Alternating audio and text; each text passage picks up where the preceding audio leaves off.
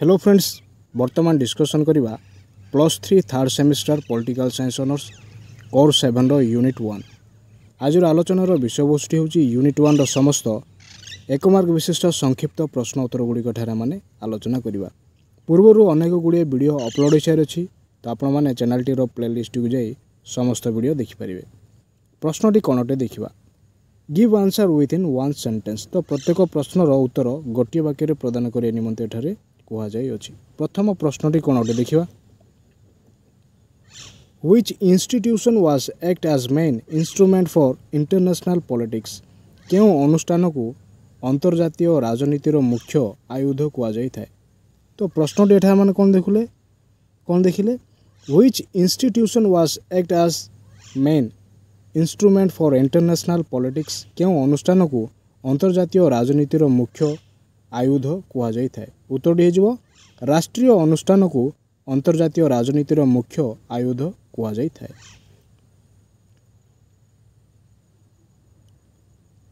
दुई नंबर प्रश्नटी है, why does the sovereign states are participated with in international politics.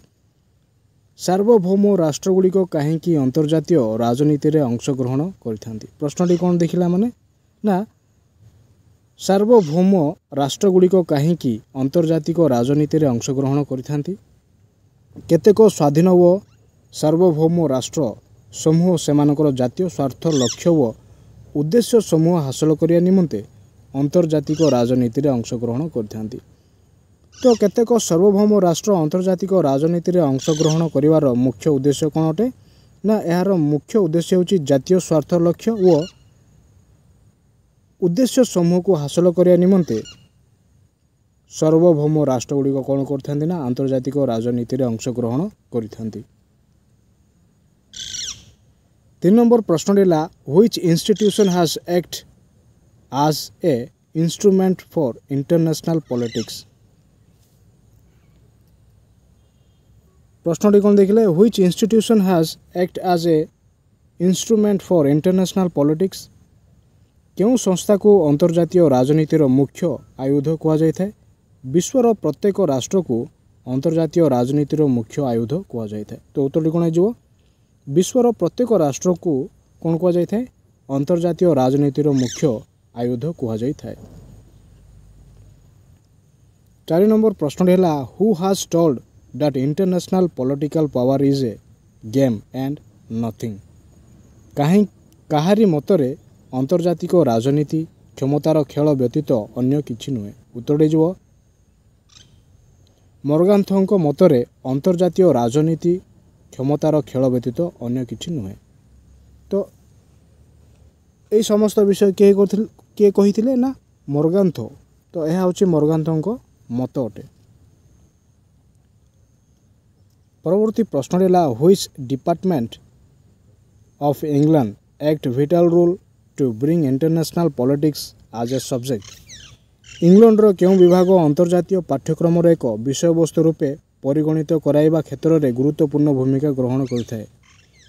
प्रश्नटी कौन देखिले, which department of England act vital role to bring international politics as a subject.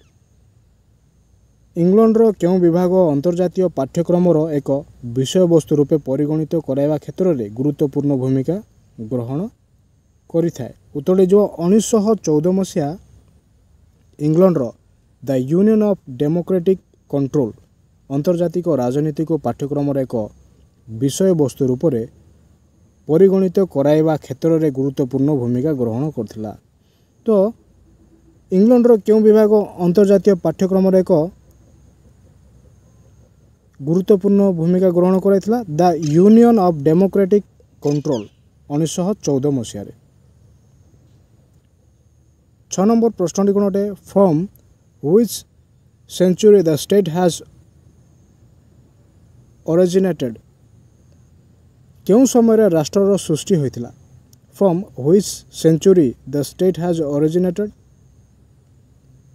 चतुर्दश रु षष्ठदश शताब्दी मध्य होइथिबा नवजागरण व 16 शताब्दी संस्थार फल राष्ट्रर सृष्टि होइथिला।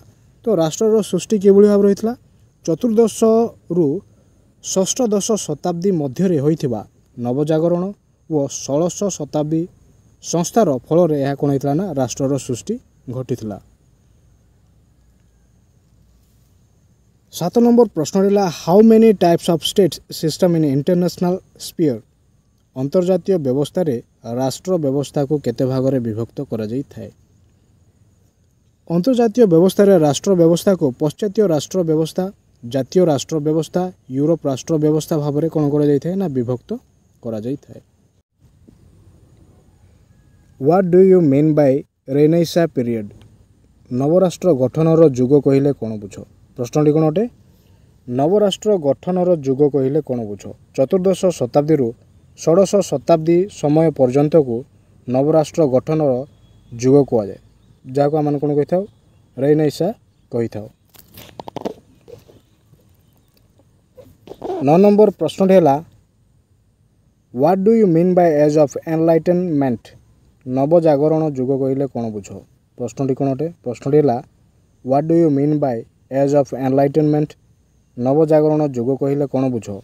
ୟୁରୋପରେ ସପ୍ତଦଶ ଶତାବ୍ଦୀ ଠାରୁ ଅଷ୍ଟାଦଶ ଶତାବ୍ଦୀ ସମୟ ଯାଏଁ ଲୋକମାନେ ଅନ୍ଧବିଶ୍ୱାସ ଓ ଆତ୍ମପ୍ରବଞ୍ଚନା ମଧ୍ୟରୁ ମୁକ୍ତ ହୋଇ ବିଜ୍ଞାନ ସମ୍ମତ ଓ ତର୍କ ଦ୍ୱାରା ପ୍ରତିଷ୍ଠିତ ଚିନ୍ତାଧାରାକୁ ଅଧିକରୁ ଅଧିକ ଗ୍ରହଣ କରିବାକୁ ଆରମ୍ଭ କରିବା ଯୋଗୁଁ ଏହି ସମୟକୁ ନବଜାଗରଣ ଯୁଗ କୁହାଯାଏ। ତ ନବଜାଗରଣ ଯୁଗ କହିଲେ ଆମେ କ'ଣ ବୁଝୁ? ୟୁରୋପରେ ସପ୍ତଦଶ ଶତାବ୍ଦୀ ଠାରୁ ଆରମ୍ଭ କରି ଅଷ୍ଟାଦଶ ଶତାବ୍ଦୀ ସମୟ ମଧ୍ୟରେ ଲୋକମାନଙ୍କର ଯେଉଁ ଅନ୍ଧବିଶ୍ୱାସ ଆତ୍ମପ୍ରବଞ୍ଚନା ଗୁଡ଼ିକ ରହିଥିଲା ସେ ସମସ୍ତ ମୁକ୍ତ ହୋଇ ବିଜ୍ଞାନ ସମ୍ମତ ଓ ତର୍କ ଦ୍ୱାରା ପ୍ରତିଷ୍ଠିତ ଚିନ୍ତାଧାରାକୁ ଅଧିକରୁ ଅଧିକ ଗ୍ରହଣ କରିବା ପ୍ରକ୍ରିୟାକୁ ଆମେ କ'ଣ କହିଥାଉ? ନବଜାଗରଣ ଯୁଗ କହିଥାଉ। 10 ନମ୍ବର ପ୍ରଶ୍ନଟି ହେଲା what do you mean by national interest? ଜାତୀୟ ସ୍ୱାର୍ଥ କହିଲେ କ'ଣ ବୁଝ? ଗୋଟିଏ ରାଷ୍ଟ୍ରର ଭୌତିକ, ରାଜନୈତିକ ଓ ସାଂସ୍କୃତିକ ସ୍ୱାଧୀନତାର ସୁରକ୍ଷା କରାଯିବାକୁ ଜାତୀୟ ସ୍ୱାର୍ଥ କୁହାଯାଏ। ତ ଜାତୀୟ ସ୍ୱାର୍ଥ କହିଲେ ଆମେ କ'ଣ ବୁଝୁ? ଗୋଟିଏ ରାଷ୍ଟ୍ରର ଭୌତିକ, ରାଜନୈତିକ ଓ ସାଂସ୍କୃତିକ ସ୍ୱାଧୀନତାର ସୁରକ୍ଷା କରିବାକୁ ଜାତୀୟ ସ୍ୱାର୍ଥ କହିଥାଉ। 11 ନମ୍ବର ପ୍ରଶ୍ନଟି ହେଲା what do you mean by primary interest? ପ୍ରାଥମିକ ସ୍ୱାର୍ଥ କହିଲେ କ'ଣ ବୁଝ? ଯେଉଁ ସାଧାରଣ ଉଦ୍ଦେଶ୍ୟ ହାସଲ ନିମନ୍ତେ ପ୍ରତିଟି ରାଷ୍ଟ୍ର ଉଦ୍ୟମ କରିଥାଏ ତାହାକୁ ପ୍ରାଥମିକ ସ୍ୱାର୍ଥ କୁହାଯାଏ। ତ ପ୍ରଥମ ପର୍ଯ୍ୟାୟରେ ବା ପ୍ରାଥମିକ ସ୍ୱାର୍ଥ କହିଲେ ଆମେ କ'ଣ ବୁଝୁ? ନା ଯେଉଁ ସାଧାରଣ ଉଦ୍ଦେଶ୍ୟ ହାସଲ କରିବା ନିମନ୍ତେ ପ୍ରତିଟି ରାଷ୍ଟ୍ର ପ୍ରଥମେ ଚେଷ୍ଟା କରିଥାନ୍ତି ବା ଉଦ୍ୟମ କରିଥାନ୍ତି ତାହାକୁ ଆମେ କ'ଣ କହିଥାଉ? ପ୍ରାଥମିକ ସ୍ୱାର୍ଥ କହିଥାଉ।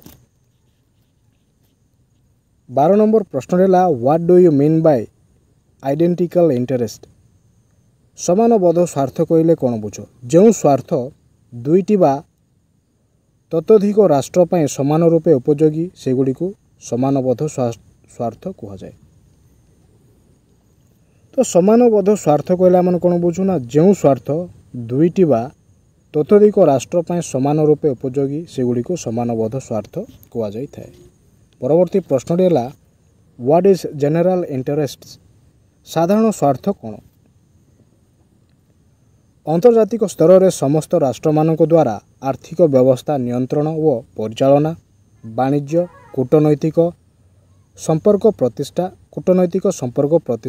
ଶାନ୍ତି ପ୍ରତିଷ୍ଠା କରାଯିବା ଉଦ୍ୟମକୁ ସାଧାରଣ ସ୍ୱାର୍ଥ କୁହାଯାଏ। ତ ସାଧାରଣ ସ୍ୱାର୍ଥର ଅନ୍ତର୍ଭୁକ୍ତ ବିଷୟବସ୍ତୁ ଗୁଡ଼ିକ କ'ଣ କ'ଣ ଅଟେ?